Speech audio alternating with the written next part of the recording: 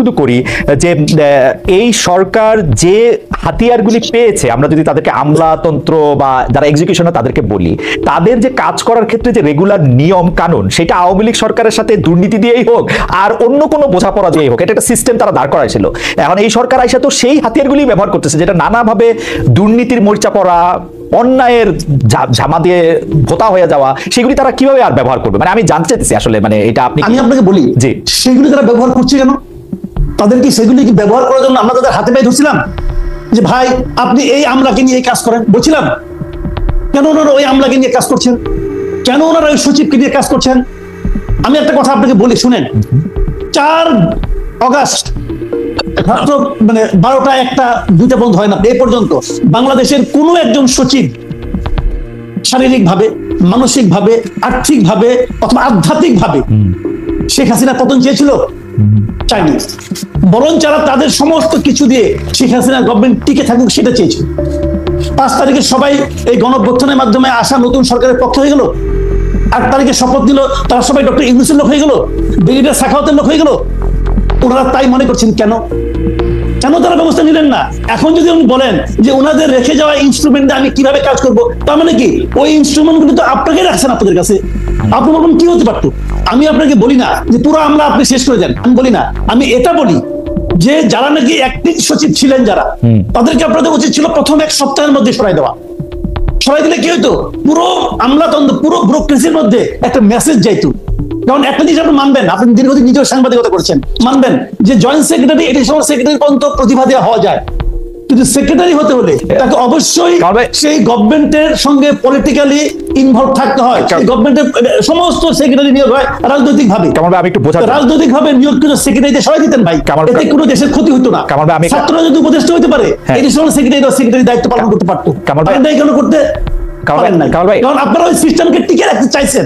আপনি চাইলেন পরে যদি বলেন যে আমার হাত পা বাঁধা, আমি কি করব? না, আপনাকে সত্যি মনে, অন্য একটা জায়গা থেকে বলি, আপনাদের সত্যি মনে যে এই সিস্টেমটা টিকে রাখতে চাইছে এই অন্তর্বর্তীকালীন সরকার? ধরেন 80 জন সচিবের বাদ দেওয়াটা কি প্র্যাকটিক্যাল ছিল? মানে প্র্যাকটিক্যাল ছিল, কিন্তু এই সরকারের পক্ষে উপলব্ধি করা কঠিন ছিল। কেন ছিল? কারণ এই সরকারের মধ্যে অনেকগুলি সচিব ছিল। এই সরকার সচিব নির্ভর সরকার ছিল, এবং বয়স্ক সচিব সবাই রিটায়ার্ড সচিব ছিল অনেকগুলো। তারাই প্রভাব বিস্তার করেছে, এবং তারা বুঝে, এবং যখন একজন বয়স্ক হয়ে যান কিন্তু পরিবর্তনকে ভয় পান। আমরা অনেক একদিকে আমরা, আবার একদিকে বয়স্ক, পারবেন না কিছু করতে। দেখ কামাল ভাই খুব চমৎকার করে, কামাল ভাই খুবই চমৎকার করে বলছেন। আমি ছোট একটা উদাহরণ দেবো, একটা উদাহরণ দেবো তাহলে বুঝবেন। জিনিস হলো কি, আমি কিন্তু এই সচিবদের বিরুদ্ধে আমার কিন্তু ব্যক্তিগত কোনো রোষ নাই। আমি বলতে চাচ্ছিলাম পুরো আমলাতন্ত্রকে, পুরো ব্যুরোক্রেসিকে একটা মেসেজ দেওয়া। মেসেজটা আপনি শুরুর দিনে দিতে পারতেন, আস্তে আস্তে দিলে হয় না। আমি একটা বলি আপনাকে, ধরেন আপনি দাঁত তুলতে যাবেন, আপনি দাঁত যদি বলেন যে আপনি আমাকে 1 ঘন্টা ধরে আস্তে আস্তে টানে টানে তুলেন, ভাই আপনি দাঁত তুলতে পারবেন? দাঁত তুলতে হয় কিন্তু টান দিয়া, পরিষ্কার। তো একটা তুলতে হবে আপনাকে, আপনি করবেন, তবে আপনি আস্তে আস্তে আস্তে করতেছেন। তবে আমার মনে কামাল ভাই এই বিষয়টা একটা বড় আলোচনার দাবি রাখে, কারণ আমরা এটা শুনতেও চাই, বুঝতেও চাই। আমাদের যদি কখনো সুযোগ, আমরা এটা জানতে চাইবো যে কেন এটা করা হয় না, কারণ এটাই স্বাভাবিকতা। কারণ আমেরিকাতেও কিন্তু এইভাবে চলে যে ডেমোক্রেট প্রেসিডেন্টের জায়গায় রিপাবলিকান প্রেসিডেন্ট হলে তারা পুরো দপ্তর নিয়ে তারা সরে যায়। যাই হোক, আমি যে প্রশ্নটাতে আসতে চাইছিলাম সেই প্রশ্নটা হচ্ছে যে দুটি খুব গুরুত্বপূর্ণ বিষয়। একটি মানে একই প্রশ্ন আপনাদের দুজনকেই আমার করতে হবে। সেই বিষয়টি হচ্ছে যে শেখ হাসিনার পদত্যাগের আগে বা পলায়নের আগে, আমি ইদানিং মানে প্রথম পলায়ন পদত্যাগ কোনটা বলবো বুঝতে পারছিলাম না, আমি দুইটাই বলি আসলে। এই পতন এবং পলায়নের আগে বৈষম্য বিরোধী ছাত্র আন্দোলনের অন্যতম দাবি ছিল রাজনৈতিক দলের লেজুর ভিত্তিক ছাত্র রাজনীতি। আপনি ব্যাপারটাকে আসলে কিভাবে দেখেন? আমি আপনাকে শেষ দিয়ে শুরু করি। ছাত্রলীগকে দেখেছেন এরকম কেন দেখেছেন? কারণ তখন ছাত্রলীগ যাদের ভাতৃপ্রতিম সংগঠন, তারা ছিল ক্ষমতায়। শিবির যাদের ভাতৃপ্রতিম সংগঠন, তারা যখন ক্ষমতায় থাকবে তখনকার শিবিরকে দেখেছেন? আচ্ছা। বিএনপি যাদের ভাতৃপ্রতিম সংগঠন, কিন্তু বিএনপি ক্ষমতায় থাকে, তখন তাদের দেখেন নাই? 2001 থেকে 2006 পর্যন্ত যখন ক্ষমতায় ছিল তখন ছাত্র দলকে দেখেন নাই? শুনেন, আমি একটা কথা বলি আপনাকে। বিষয়টা হলো কি, যে আসলে ক্ষমতায় কে আছে সেটা দিয়ে নির্ভর করে তার সাঙ্গ পাঙ্গ, তার আপনার বাসায় চাকর বাকর পর্যন্ত 400 কোটির মালিক হবে কি হবে না। 400 কোটির মালিক শেখ হাসিনা যখন ক্ষমতার বাইরে ছিলেন তখন কি তার চাকর বাকরটা হতে পারছিল? পারে নাই। বিষয়টা হলো ক্ষমতায় থাকতে পারা না পারা নিয়ে।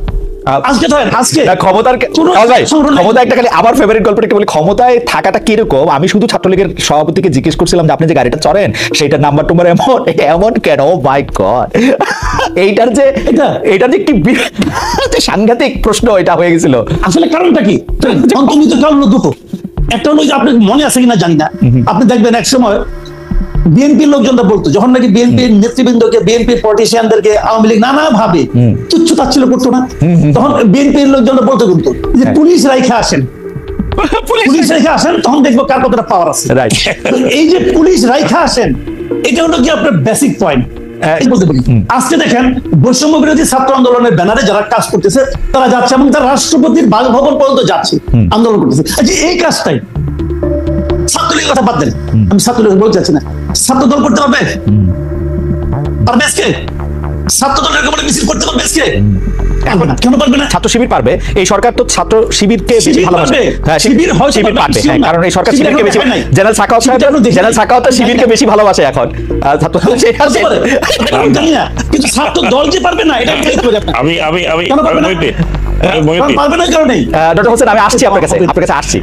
আপনি যেটারই বলেন না কেন, কারণ আপনি কন্টিনিউ করবেন। আপনি যদি ছাত্র লীগের এইটা বৈষম্য বিরোধী যে লেজুরবিতে এইটা নিয়ে যদি প্রসঙ্গ শেষ করেন, আমরা পরবর্তী প্রসঙ্গে যেতে পারি, যেটা রাষ্ট্রপতি মোহাম্মদ শাহাবুদ্দিনকে নিয়ে। না, পরবর্তী প্রসঙ্গে জানাতে যাচ্ছি। আচ্ছা, সেটা হচ্ছে যে রাষ্ট্রপতি মোহাম্মদ শাহাবুদ্দিনের কি আসলে পদত্যাগ করার ক্ষেত্রে, মানে আমি দুইটা জিনিস, আপনি যেহেতু এটা অবতারণা করছেন, আমি বলতে চাই যে রাষ্ট্রপতি শাহাবুদ্দিনকে এই সরকার রেখে দিতে চাইলেন সাংবিধানিক বিভিন্ন গন্ডগোল ঝামেলা এড়ানোর জন্য, কিন্তু এটা ঠিক হয়েছে কিনা, বা এটা আরো তারা লম্বা সময়ের জন্য এটা রাখতে হবে কিনা, একই প্রশ্ন আপনি বললে তারপর আমরা যেন সাকাতের কাছে একটু শুনতে চাই। কামাল ভাই, আমি মনে করি আজকে তো ওনাদের একটা মিটিং ছিল উপদেষ্টাদের, ওনাদের মিটিংয়ে তারা সিদ্ধান্ত নিয়েছেন যে এই ব্যাপারে ওনারা পলিটিক্যাল পার্টির সঙ্গে আলাপ করে সিদ্ধান্ত নেবেন।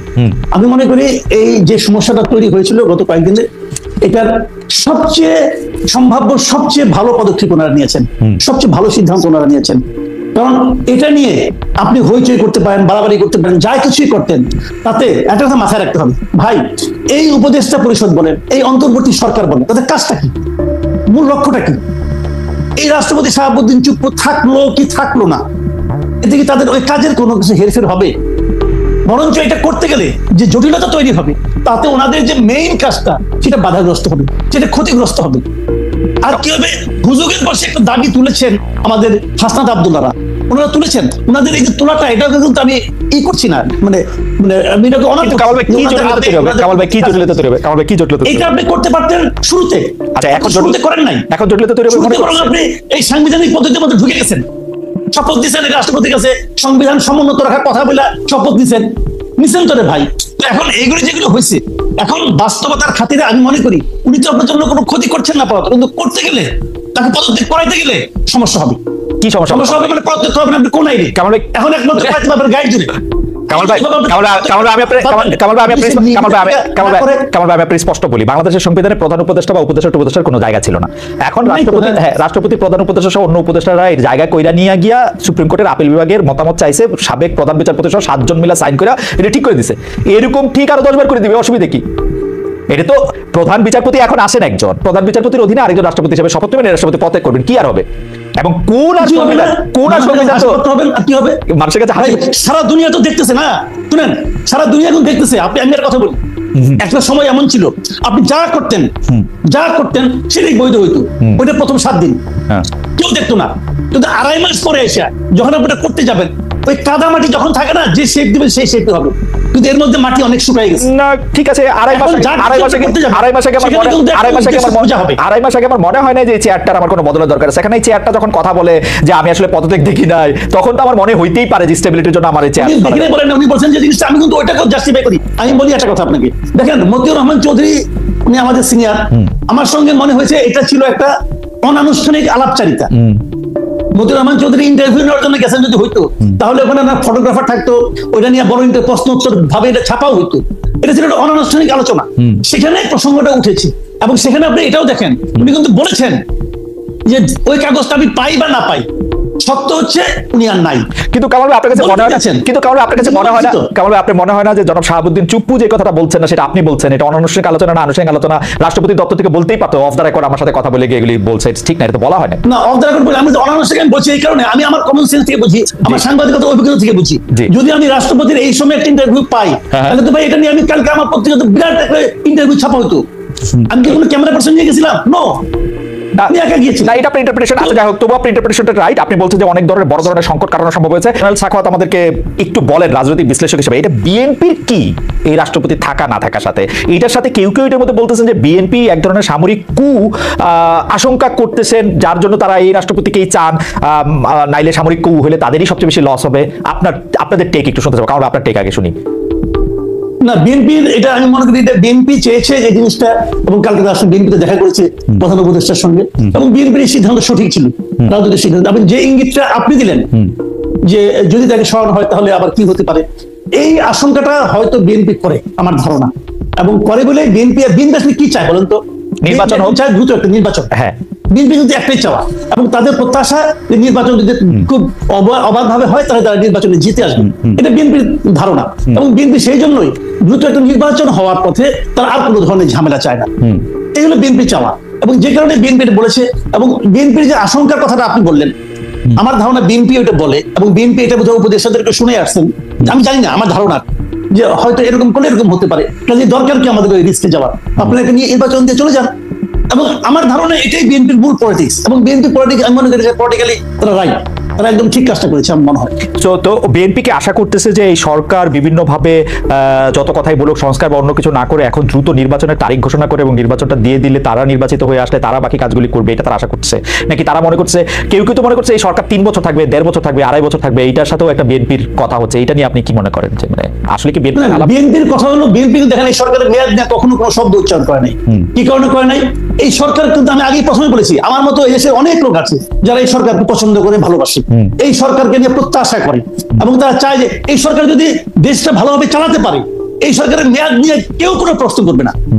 দৈনন্দিন কাজগুলো, জিনিসপত্রের দাম, রাস্তাঘাট ঠিক করা, বিদ্যুৎ ঠিক করা, এই কাজগুলি খেলে করবে, আর কিছু করতে হবে না। এই সরকারের মেয়াদ দিয়ে কেউ কোনো প্রশ্ন করবে না। সাধারণ মানুষ পলিটিক্যাল পার্টিগুলির প্রতি এতটাই বীতশ্রদ্ধ, কিন্তু এই জিনিসটা বিএনপি কিন্তু বুঝে, যে কারণে বিএনপি সরাসরি কিন্তু জনগণের প্রত্যাশার বিপরীতে যাবেই না, এবং তাদের পলিটিক্স অনেক চেঞ্জ হয়ে গেছে আমার ধারণা। তারা অনেক ম্যাচিউর পলিটিক্স করতেছে এখন, এবং তারা কি করতেছে, তারা চুপচাপ আছে যে তুমি ভাই নির্বাচনটা দাও, যদি গভর্নমেন্ট খুব চাপে পড়ে গভর্নমেন্ট তাড়াতাড়ি দিয়ে দেবে নির্বাচন, গভর্নমেন্ট বুঝবে আমি পারতেছি না, ঠিক আছে আমি ইলেকশন দিয়ে দিই। এবং বিএনপি এটার অপেক্ষায় কিন্তু আছে, এবং সেই বিবেচনায় আমি মনে করি বিএনপি কোনো তাড়াহুড়া করছে না, কোনো চাপও দিচ্ছে না, কিন্তু প্রায় বলছে যে যত তাড়াতাড়ি সম্ভব আপনারা নির্বাচন দেন। এবং এটা বিএনপি আগামীতে আরো বলতে থাকবে, কারণ আগামীতে যদি সরকার ঠিকঠাক মতো এগুলি না কমাতে পারে, এবং কমাতে পারবে সেরকম নমুনা আমি এখনো দেখতেছি না, যদি না কমাতে পারে তাহলে বিএনপির এই দাবিটা আরো তীব্র হতে থাকবে। মতো লাগবে 5 আর 9 14 মাস। আর যদি নির্বাচন কমিশন গঠনের আগে সার্চ কমিটি গঠন করা হয়, তারা গণমাধ্যমে দিয়ে নির্বাচন কমিশন গঠন করে, সেইটা আরো 2 মাস লাগবে। কারণ আমি তাহলে আজকে যদি সরকার সিদ্ধান্ত নেয় যে আমরা পরবর্তী অ্যাভেলেবল ডেট ইলেকশন করবো, তাদের আরো 18 মাস লাগবে। আপনি এই টাইমলাইনটা আপনার কাছে ঠিক মনে হয় কিনা?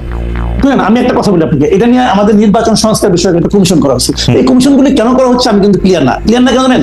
এই দায়িত্বটা ওদের, ওরা ঠিক করবে। আমি একটা সিম্পল একটা এক্সাম্পল বলি আপনাকে, 2-3টা এক্সাম্পল দিই আপনাকে নিয়ে, ছোট ছোট করে বলি। যেমন ধরেন এই যে কয়েকদিন আগে আন্দোলন হলো না, চাকরি বয়স 35 চাই, একটা কমিশন করলো মুহিত সাহেবের নেতৃত্বে।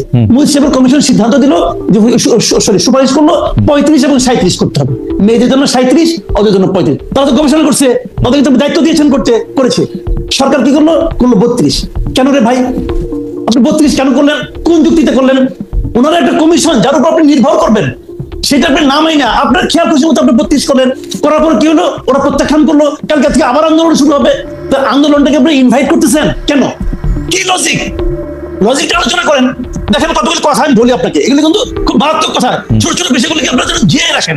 একটা এক্সাম্পল দিই, 43তম বিসিএস সমস্ত কিছু হয়ে গেছে, গ্যাজেটের সময় 99 জন নাই কেন? কোনো যুক্তি নাই কিন্তু। তারপরে দেখা গেল 99 জনের মধ্যে কেউ আসে নাই, এই জানে মেডিকেল জানে, তারা অন্য জায়গায় চাকরি পেয়ে গেছে, রইল 54 জন বাকি। একদম 54 জনকে আপনি কেন নিবেন না? আপনি বলেন যারা ছাত্রলীগ করে, সিদ্ধান্তটা কে নিল? কে ছাত্রলীগ করে, কে করে না? সিদ্ধান্তটা কে নিল? কোনো ব্যক্তি নাকি তার মনে হলো যে সিদ্ধান্ত? তাহলে আপনি প্রোটেক্ট দেন। একটা বিসিএস করতে কত বছর সময় লাগে? বিসিএস তার সবকিছু হয়ে গেছে, তখন সে তো অনেক কিছু আনন্দ, তার জীবনটাই চেঞ্জ হয়ে গেছে, আপনাদের বাদ দিয়ে দিলেন কেন? সিদ্ধান্তগুলি কে নেয়, কিভাবে নেয়? কোনো জবাবদিহিতা আছে? যে জিনিসের যে সরকারের জবাবদিহিতা নাই, সেই সরকারই তো স্বৈরাচারী সরকার। এদের জবাবদিহিতা কার কাছে আপনি বলেন?